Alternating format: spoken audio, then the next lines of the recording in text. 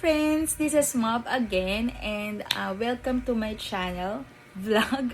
Ngayon lang ako nakapag-update ulit sa vlog ko. Sobrang tagal na nung last post ko, guys. Since medyo marami tayong time lately, no, gagawa tayo ng own version natin ni The Millennial Filipina. So, pina-follow ko siya and marami din akong natututunan at nakakapulot ako ng mga ideas from her.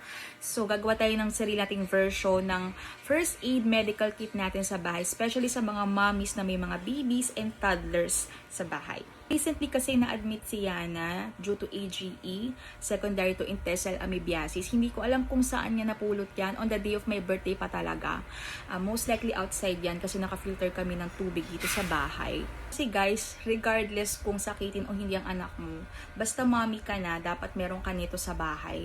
No, para just in case, doktor man kayo o hindi, alam nyo kung ano yung mga ibibigay or gagawin po sa mga baby or toddler ninyo at home. So, as you can see guys, wala talaga akong maayos sa medical kit as compared kay The Millennial Filipina. No, pero nakalagay at naka-store naman siya sa isang maayos na organizer dito sa bahay. Para alam namin, in case na kailanganin namin, for yan, alam namin kung saan siya kukunin. So, papakita ko sa inyo isa-isa yan kung ano yung mga uses niya at kung bakit dapat meron ka niyan sa bahay kapag may baby or toddler ka. So, as a mom and a doctor, ito yung mga medicines na dapat meron ka sa bahay pag may bata ka. Siyempre, unang-una na dyan yung paracetamol. So, dapat may paracetamol ka. In terms of paracetamol naman, kung yung anak mo ay toddler, no, or infant, for example, alam mo kung anong dosages or preparations ang dapat meron ka. Siyempre, drops for infant, for newborns, tapos yung mga 125 per 5 ml na syrup for toddlers, no. Kapag medyo malalaki na, yung mga 250 per 5 ml na preparation. So, paracetamol, regardless kung anong brand yan, bahala ka na, basta ito yung talagang unang-unang meron ka. For fever and for pain, pwede mo siyang ipainom. Over the counter lang to mga mi. So, isa pa pala mga mi, in terms of paracetamol. Sa syrup mga mi, since syrup siya, di ba, hindi siya tablet, hindi siya chewable tablet. Once na open mo na siya, for example, 1 month lang ang validity niyan. Automatic expire na yan or tapon na yan. So, kapag na-open mo na siya, for example, ito, kakabili lang namin ito. Na-open namin siya, binili namin siya nung nagkasakit ng anak ko. Nung birthday ko. So, mag-iisang buwan na siya itong katapusan. So, since na-open namin siya, regardless kung naubos niya to or hindi, tapon mo na to. 1 month lang. Basta na-open mo, any syrup, basta na-open mo na siya, 1 month lang yan, and discard mo na after. Maubos man niya o hindi. No? So, mas maganda kasi yung safe tayo in terms of hygiene, lalo sa mga pinapainom natin or binibigay natin sa mga babies or toddlers natin. So, after 1 month, maubos man ito o hindi niya, tapon na to sa amin. So, cetirizine yung next after paracetamol. So, ito for allergy, allergic rhinitis, rashes, etc. Pwede ang cetirizine. So, nagkaroon ako nito since nung 6-month-old pa si Yana kasi yun yung time na nagso-solid food na siya. So, tinitignan namin, ino-observe namin kung saan siya magkakaroon ng allergic reaction in terms of solid food. Kasi dun siya nag-start nag-solid. So, ini-introduce na namin yung mga solid foods para in case sa bahay magkaroon siya ng allergic reaction, nag-rashes or whatsoever, meron kaming pang emergency na papainom. So, cetirizine must have to kahit sa mga travels. So, yun. Tapos ito mga mi, hindi siya required pero nagiging must have na rin siya sa mga parents sa bahay. Si Meticon, ang brand is Rest Time. Ito kasi yung most popular na brand, no? Pero ito kasi parang once, twice lang nakainom nito siya. Hindi pa namin tinatapot, pero hindi namin ito pinapainom for the record. Parang nung infancy period pa lang ni Yana, meron na kami nito kasi nagkaroon siya ng parang infancy colic. Since hindi pa kami masyado marunong nun as first time parents. So, nagka-colic siya. So, iyak siya ng iyak, hindi namin siya mapatahan to reduce the pain, abdominal pain na nararamdaman niya. Ayun, pinapainom namin siya ng Simeticon. So, ito rin yung pinrescribe sa amin dati ng pedya niya sa Manila.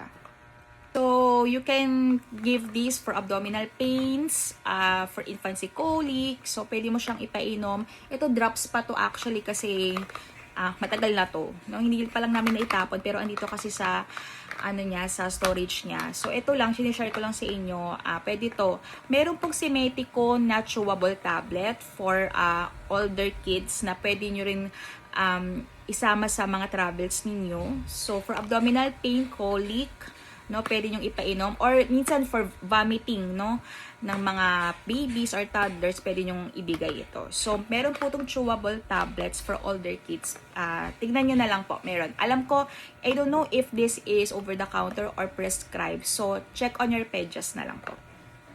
Tapos po ito, meron ako dito, salbutamol plus guaifenesin na syrup siya.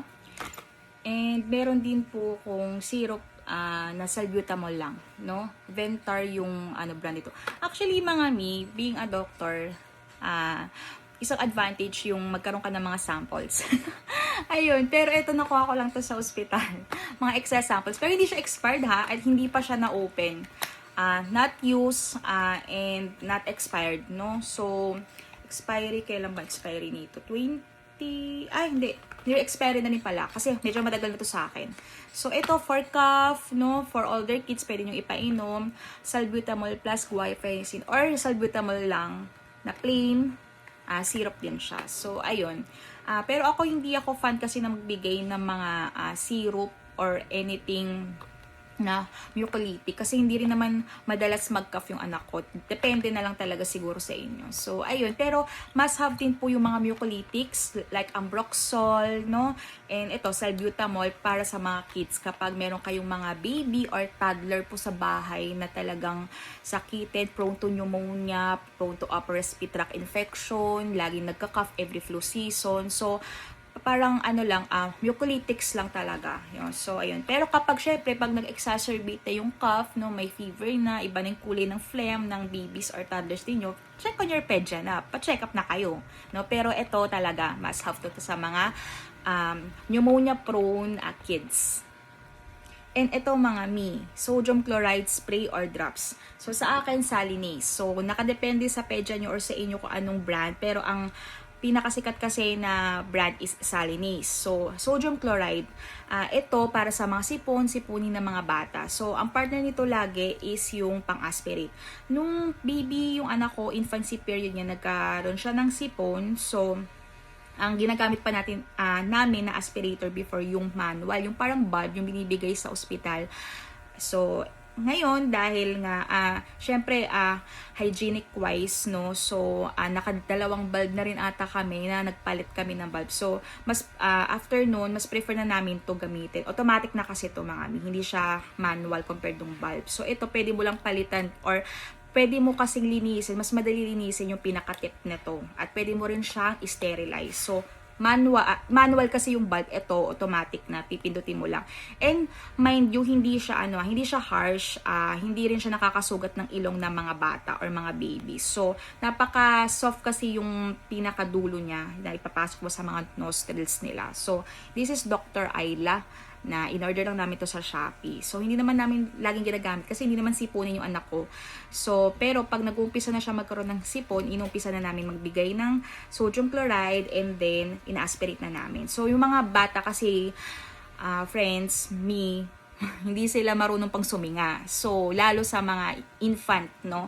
So, ikaw ang gagawa nun for them. So, para hindi congested yung mga ilong nila, para makahinga sila ng maayos. Remember, ang infants or mga babies ay nasal breathers, no? So, makakatulong yung mga ganito para yung mga congested, no? Ma-decongest yung kanilang mga ilong. Makatulong sa kanila, hindi sila hirap huminga. And somehow, malesen talaga yung mga mucus plugs, yung sipon per se, no? Itong sodium chloride spray or drops. So, meron tong dalawang klase, no? May spray at may drops. So, ako kasi personally, mas prefer ko yung spray kasi feeling ko mas kumakalat siya at mas controlled ko kasi pag spray compared kapag drops. Pag drops kasi, syempre, di ba, mas malalaki yung patak. So, ito, spray siya So, ito wala na nga halos laman, konti na lang siya. So, every 3 hours or every 4 hours, you can use this kapag sipunin or nag-uumpisa nang magkaroon ng sipon ang anak mo. Then, after 1 to 2 minutes after, pwede mo na siyang tanggalin, i-aspirate na. So, ito yung ginagamit namin na pang-aspirate. So, wala na kaming bulb. Yung bulb namin, nakadalawang bulb na kami, dinidiscard na namin, hygienic-wise. No? So, ito kasi mas madali linisin yung tip niya, tsaka mas malambot. So, ito yung pinaka-combo niya. Every time magkakaroon ng sipon ang anak ko. So, ayan siya. Tapos, syempre, pag naglalagnat yung mga anak natin, lagi tayo may mga patches, gato. Although ito, hindi naman totally makakalese ng lagnat. Although makakatulong siya somehow. No? Mas prefer pa rin at mas maganda yung punas-punasan nyo yung mga anak ninyo from head to toe ng damp na towel. Tapos, yun, para mag-cool down yung body temperatures nila. Pero, kung syempre, medyo, ano bang tawag dito, medyo busy ka or magkaroon ka lang somehow ng pwedeng magpalese ng body temperature ng anak mo every time mag-fever, pwede pa rin naman maglagay tayo ng mga gel patch or cooling patch na katulad nito. So, ayun. Pero hindi ito po yung magpapawala ng mga fever ng anak niyo ha. Paracetamol pa rin and yung from head to toe na pag sponge bath sa kanila, no? So, but it will help somehow. And maganda siya for travels actually kasi napaka-handy din niya. So, it can help but it will not really alleviate your children's fever, ha? So, we're done with the medicine. So, yun, andun ako sa patch.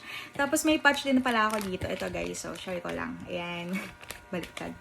So, ito naman, anti-mosquito bugs away. Ito, usong-uso to. Lalo yung mga tiny buds na na kino-commercial, di ba? Siya, citronella siya. So, pwede mo siyang ilagay kahit saan, sa bag, sa damit ng anak mo, pero away from the face. Nagkamali ako minsan nung na-admit yung anak ko, inilagay ko siya dito.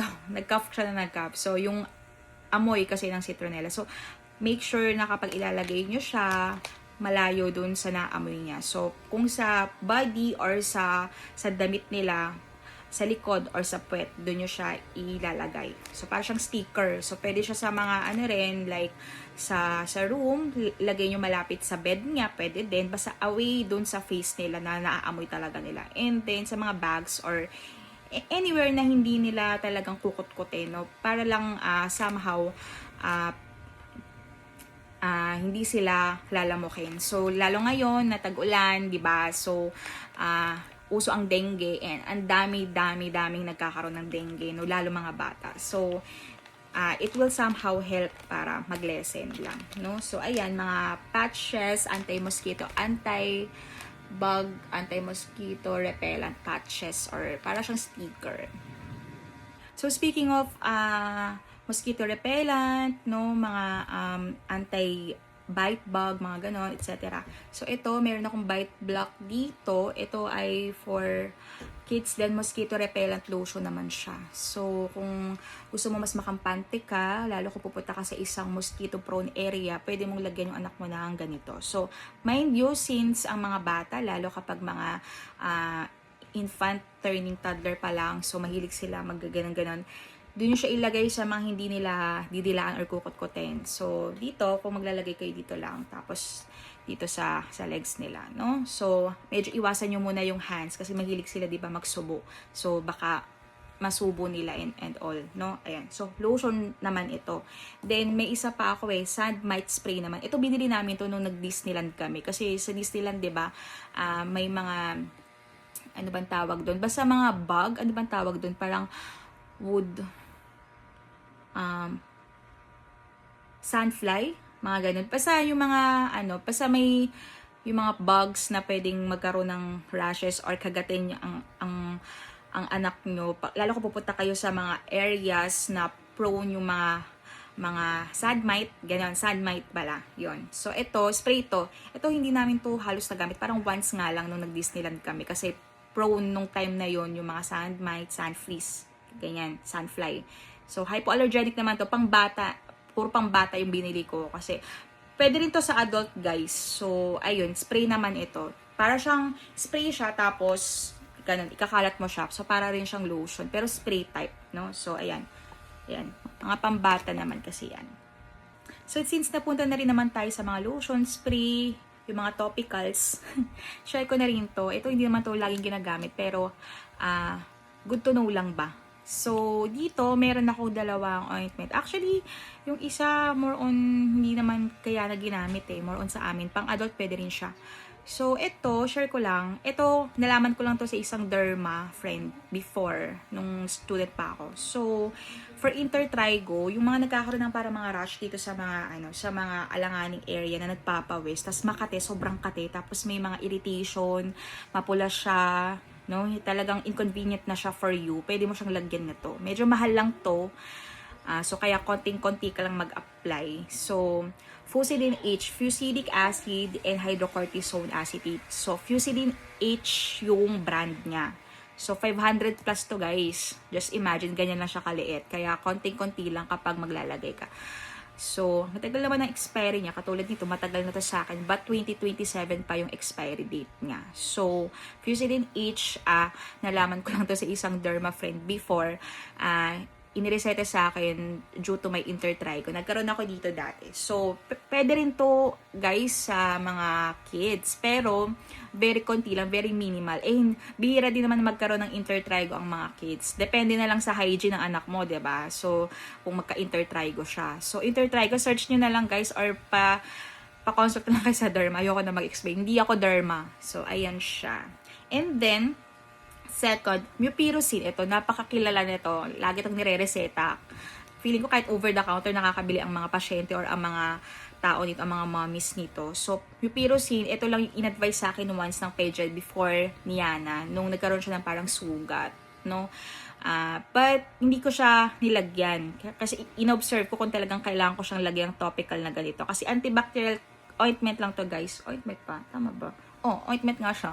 So, mupirocin, antibacterial ointment siya for mga wound, lalo kung deep cuts, tapos mga abrasions na medyo malalalim, or mga abrasions is gas-gas na malalalim, lalo kung talagang dumugo. So, you can apply this, lalo sa mga bata, di ba? Yung mga toddler, mahilig, lalo pag nagkakasugat sila sa mga tuho, di ba? Mahilig sila tumakbo, magkakaroon na yan ng mga abrasions or malalim na gas-gas. Pwede nyo silang lagyan nito just to make sure na hindi siya magnana. Kasi, remember, ang abrasion or ang mga deep na mga, medyo malalim na mga gas-gas, pwedeng pa rin magnana yan, kahit na hindi siya open cut wound. So, pwede yung lagyan nito. Instead na magpainom kayo ng gamot, much better yung mga topicals na ganito. So, yun. Must have sa akin ang mupirocin, lalo pa ang baby ko, si Yana toddler. So, in time, magkakaroon ng mga abrasions or mga sugat yan. Must have po ito sa mga may baby or toddler na nagkakaroon ng mga sugat sa mga skin nila. So, yan. So, I remember, nung nagne-nesting ako, meron akong mga tiny buds na mga hinord or binili. So, hindi lahat ng tiny buds na mga ointment na kino-commercial, ina-advertise, ay kailangan mong bilhin, mommy, okay? Huwag ka magpabudol. Although, ang cute-cute nila, ang gaganda kasi ng mga packaging, pero hindi mo kailangan magpabudol. Tignan mo yung mga uses. Tignan mo kung ano ba yung mga dapat mo lang bilhin na ointment ng tiny buds, kahit ang sobrang cute nila, na kailangan mo as a mom. So, unahin na natin yung blue, after bites. So, from the word itself, after bites. So, sa mga bites na pag nagkaroon ng mga rashes or nakagat yung anak mo, insekto or ano man yan, kahit na mosquito bite pwede. So, after bites, ito yung use niya. Sa mga bug bites, mosquito bites, pwede rin siya. No? Sa kahit ano, langgam, kahit na langgam, lalo langgam. Kasi, di ba, nagkakamark talaga yung mga balat ng mga anak natin pag kinakagat ng langgam. So, yun, pwede mo tong lagyan. So, once or twice lang ha. After that, kasi magsa-self-regenerate din naman yung mga balat ng mga babies natin. Especially for newborns and mga toddlers, mas mabilis mag-self-regenerate ang mga balat nila. So, no need for a repetitive application. So, kaya tignan nyo. Tsaka, matagal naman yung expiry niya. So, okay lang. But, must have din ito kung prefer mo to bilhin. So, ito okay to. So, next, itong pink, lightens up, lightening scar gel. So, parang partner niya tong blue, yung after bite. So, di ba pag nagkaroon ng insect bite, so maghihilom, di ba? And then after, usually nagkakaroon ng scar. No, not to the fact or not to the point na parang scar talaga na pangit na scar. Minsan nagkakaroon kasi ng mga discoloration, di ba? After bite. So, pwede mong lagyan ito. I don't know if this is effective kasi minsan or bihira lang namin ito magamit kay Yana. And mind you mga mami, pag naglagay kayo ng mga ganito mga topicals, yung mga nabanggit kong topicals, lagi siya pinapa-air dry, di ba? So, kaya usually ako, personally, nilalagyan namin nito si Yana pag may mga bite or may mga kailangan kami lagyan na topical kapag tulog siya. So, hindi niya kukut-kutin, hindi niya didilaan, hindi niya papakailaman. So, may air dry lang siya ng kusa. Pag tulog kasi siya, may air dry siya, hindi niya gagalawin. So, ito, yun. So, balik tayo dito. Ayan, ito, parang partner siya. Yun, it lightens up a scar after bite or wound, and at the same time, yun, magla-lighten up yung mga discoloration. Kasi usually, sa mga infants, sa mga baby, sa mga toddler, nagkakaroon ng discoloration kapag nagkaroon sila ng mga sugat or mga bites. So, ito yung partner niya, itong pink na to. So, ang cute-cute, diba? Pink pa naman.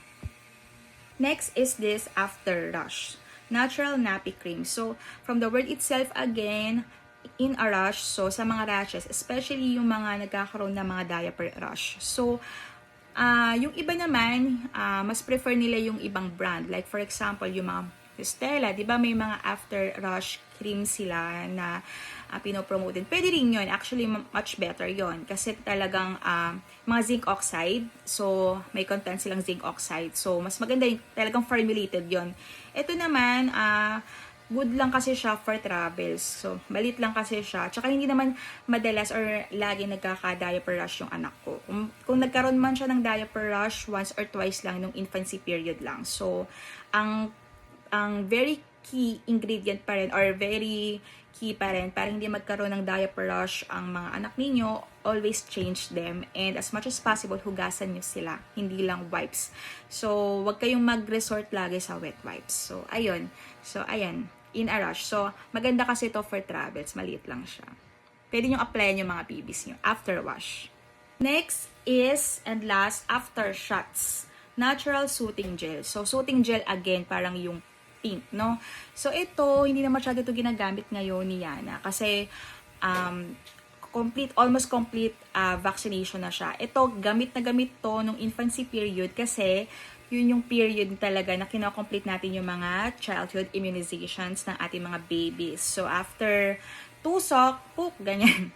Lalagyan mo siya ng ganito. So soothing gel lang yan. So this will help, pero ang recommended pa rin po, always remember, after shot, after vaccine, a cold compress today, then tomorrow, warm compress na. So, cold compress, then tomorrow, after vaccine, is warm compress. Warm po mga mami ha, hindi hot compress. Baka kasi magkaroon ng burn yung mga skin ng mga anak nyo kapag hot compress. Iba po ang hot compress sa warm compress, okay? So, yun kasi lagi ang recommended din sa amin ng pedya ni Yana before.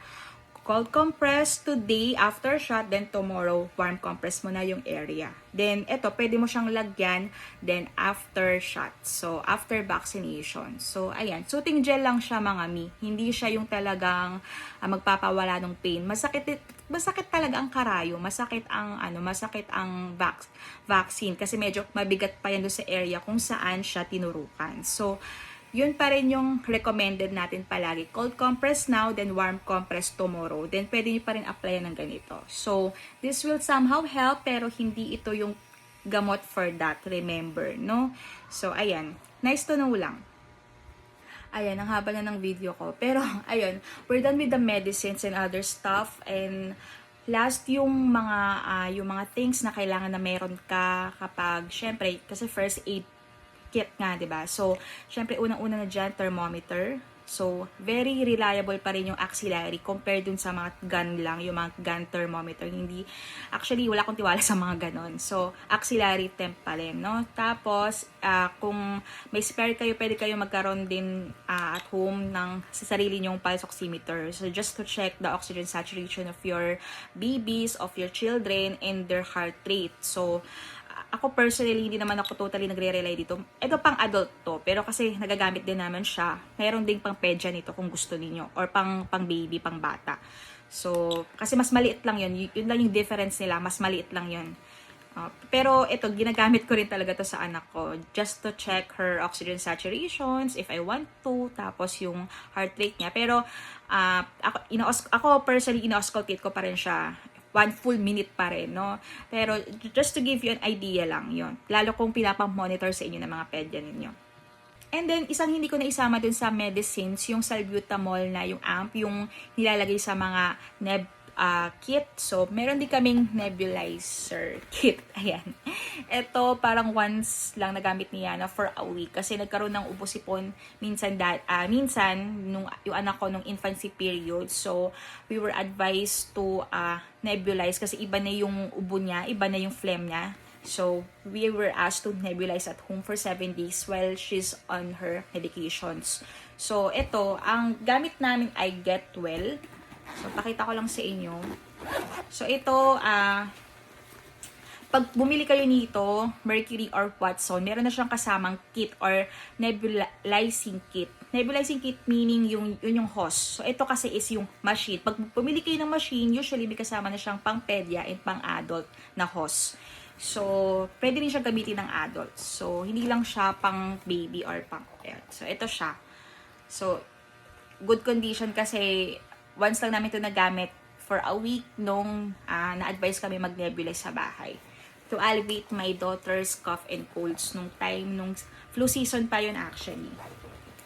So, ayun, may kasama siyang hose. So, pero nung time na yun, bumili pa rin kami ng pang-pedya na hose. Hindi namin alam may kasama na palang pang-pedya. Akala kasi namin, ang meron lang siya pang-adult. So, meron pala siyang pedya and adult na kasama na sa package pag bumili ka ng machine. So, pero bumili pa rin kami. Kasi remember, ang mga hose po natin ay disposable po. Yan ha, for example, sa isang household, no, iisa ang machine ninyo and nag-nebulize po ang anak ninyo and isang adult na kasama ninyo sa household. So, hindi pwede mag-share yon, magkaiba ang hose po nila. And usually, disposable po ang mga hose. Remember, ito ay vaporized. So, hygienic-wise, lalo kung infectious, usually ang mga gumagamit dito, diba, yung mga may piling pneumonia, upper respiratory tract infection, may mga emphysema, may mga asthma. So, hygienic-wise, no, ay disposable po ang mga hose natin. Okay? So, ayan siya. Nakabag siya. Kabalik ko na siya. So, ayun siya. So, it comes with yung salbutamol. Salbutamol with ipratropium nebule. Yung parang, yung parang siyang Ursiflora mga mi. Ayun pala, sa medicine, hindi ko nasama. Although, meron kami noon, naubusan lang. Isang must-have nyo din pala sa bahay pag may kids kayo is Ursiflora. And travel-friendly din. Kailangan meron kayong Ursiflora. Hindi nyo alam, may ma-ingest or makain, mainom ang mga anak ninyo. Kailangan nyo ng Ursiflora kung biglaan or may sudden na loose stool. Pwede na kayo magpainom nun. No? Ayun, speaking of, ma-add ko lang, diba yung neb, no? So, kailangan ang ilalagay nyo dyan yung salbutamol. Yun, salbutamol nebule. Para siyang Ursiflora yung itsura nga niya. Meron siyang parang liquid sa loob. Tapos ilalagay nyo siya doon sa parang canister niya. Then, ito yung yun. So, pag mga pedya, mga mga infant, mga babies, usually nagdadilute tayo. So, pakita ko sa inyo. So, naubusan na lang ako ng salbutamol na yung nebule, either salbutamol or salbutamol ipratropium na nebule. So, yun yung inilalagay natin dito kapag nag-nebulize tayo sa bahay. So, usually sa pedya, mga ang prefer kasi usually ng mga pedya is mag-dilute. What do you mean by dilute? Hahaluan mo ng parang tubig yung salbutamol or salbutamol ipratropium na nebule. Hindi mo siya bibigay ng puro. Kasi once naka-encounter kami, patient ng isang attending namin sa ospital, nag-tachycardia. Tachycardia meaning parang nagpalpitate yung baby niya kasi puro niyang binigay yung nebule. Hindi po purong binibigay ang mga nebule sa mga baby, lalo kung baby pa, as in infancy period pa ha. Dapat dinadilute po natin yan, no? So, yun, yung salbutamol or salbutamol ipratropium na nebule, idinadilute po natin siya sa parang tubig. So, ito yung ginagamit usually. So, sodium chloride. Para siyang suero. Ito yung mini version. No? If you want to be accurate, you can use yung mga yung mga syringes kasi may mga sukat ng syringes. Actually kahit sa mga medicine, 'di ba? Hindi naman accurate, hindi naman super accurate yung mga droppers natin. You can use syringes just to measure kung gusto niyo magbigay ng medicine sa bahay. So, yun, usually the nebules, salbutamol or salbutamol ipratropium nebules are prescribed. So, itong mga machine, yung mga neb machine, neb kit, hindi sila, pwede nyo silang mabili over the counter naman, no? So, may presyo siya, but it's a good investment if you have kids at home, no? So, ayun, yun lang, na-share ko lang na usually, we dilute po yung mga nebulizations natin pag mga pedya, lalo pag mga infancy period. Kasi usually yun yung side effect po, nagkakaroon po ng palpitation, parang tachycardia nga, natatake yung mga yung mga baby. So yun lang yung isang good to know lang din. Ma-add ko lang po mga mi sa topicals kanina, nakalimutan ko. Yun nga, pag nagkakasugat, 'di ba, yung mga anak natin, no, naglalagay tayo ng mupirocin, 'di ba? So antibacterial ointment siya. So ano pa rin ang must have pa rin is yung mga betadine. So, hindi ko lang mapakita sa inyo. Hinahanap ko yung betadine ko, nawawala. So, yun, betadine pa rin. Then, ito yung pinaka-last usually na ina-apply. Pero minsan, kung medyo usi-usi kayo, pwede kayo maglagay din ng Cutacep. May Cutacep ako kasi ito yung ginamit ko nung buntis ako. Pero, ginagamit ko din siya in cases na, kahit sa amin, pang adult, pwede rin siya. So, yan. So, para siyang para siyang alcohol, pero on a lighter version siguro, hindi ako sure ha. Correct me if I'm wrong, pero usually mga surgical na mga wounds, yun, ito yung ginagamit kasi, no? So, ito, meron ako dati lagi nito nung intern ako So, parang sabi lang, ay, what's that? Alcohol, hindi, Cutacep. Maiba lang, pero yeah, ano rin to, pwedeng panlinis din to, no? So, para siyang alcohol, pero hindi siya alcohol, guys, ha? Kaiba yun. So, yun lang. I think that's everything. Kung may nakalimutan man ako, o nga pala, meron akong mga gauze, mga gasa, tsaka mga cotton balls. So, yun. Meron ako tongue depressor. Bakit ako may tongue depressor? Hindi ko inuwi from hospital, Meron talaga ako yan. Matagal na yan. So, yun, guys. Kung may nakalimutan man ako, let me know in the comment section. So, yun lang. Kasi hindi naman sakitin yung anak ko so, kaya kung meron man kaming nakalimutan or whatsoever, naagapan naman yan. Kasi, nakakatakbo naman din kami agad sa mga drugstore. Pero yun nga, na-share ko lang sa inyo kung ano ba dapat yung mga must-have ninyo sa bahay, lalo kung malayo kayo sa mga drugstore, and kung ano ba dapat yung meron kayo as a mother, as a parent, kapag meron kayo mga children, babies, toddlers sa bahay. So, yun lang. Kung may nakalimutan man ako, let me know in the comment section. And thank you for watching, and I hope nakapulot kayo ng mga lesson or nakakuha kayo ng mga ideas from me. So, katulad ng ginawa ni The Millennial Filipina. So, yun yung laman ng aking first aid kit dito sa bahay. So, syempre, lagi nyo pa rin sundan kung ano ang prescribe or recommendation ng inyong mga doctor or pediatrician. So, yun ay mga first aid tips lang naman po and ideas. So, thank you for watching and have a good one. Bye!